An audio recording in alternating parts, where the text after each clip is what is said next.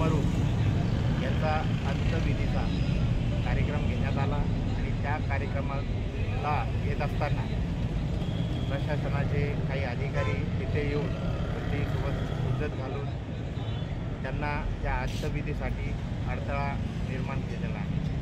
तर आमची अशी मागणी आहे की गेल्या 20 ते 25 वर्षापासून म्हणजे तिथं राहतात, विनयाने लोक तिथं येतात, विनयाचं पालन करतात, ते त्यांना शिकवतात. तर ह्या सर्व धार्मिक गोष्टी चांगल्या पद्धतीनं लोकांना चांगले संस्कार त्या ठिकाणी दिले जातात. तर एवढ्या पवित्र स्थळी भिक्षूंना अशा प्रकारे जर प्रशासन त्रास देत असेल तर अशा प्रशासनावर लवकरात लवकर कारवाई व्हावी यासाठी पूज्य भदंत अभयपुत्रजी हे या ठिकाणी उपोषणाला बसलेले आहेत. प्रशासनाला पुन्हा एकदा विनंती आहे, त्यांनी भंतेजींना लवकरात लवकर न्याय मिळवून द्यावा. अन्यथा या ठिकाणी औरंगाबाद शहरामध्ये वातावरण खराब होऊ शकते. मी स्वतः आत्मदहनाची तयारी केलेली आहे. त्यामुळे पुन्हा एकदा प्रशासनाला विनंती आहे की हा धार्मिक संवेदनशील विषय हा लवकरात लवकर भंतेजींना न्याय देऊन मिटवावा एवढी अपेक्षा आहे.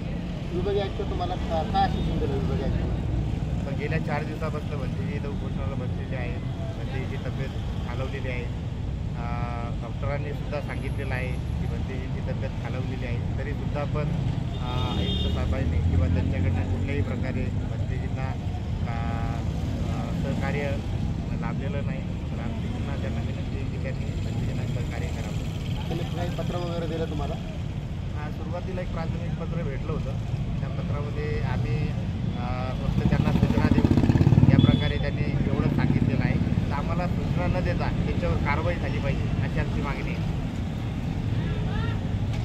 धन्यवाद.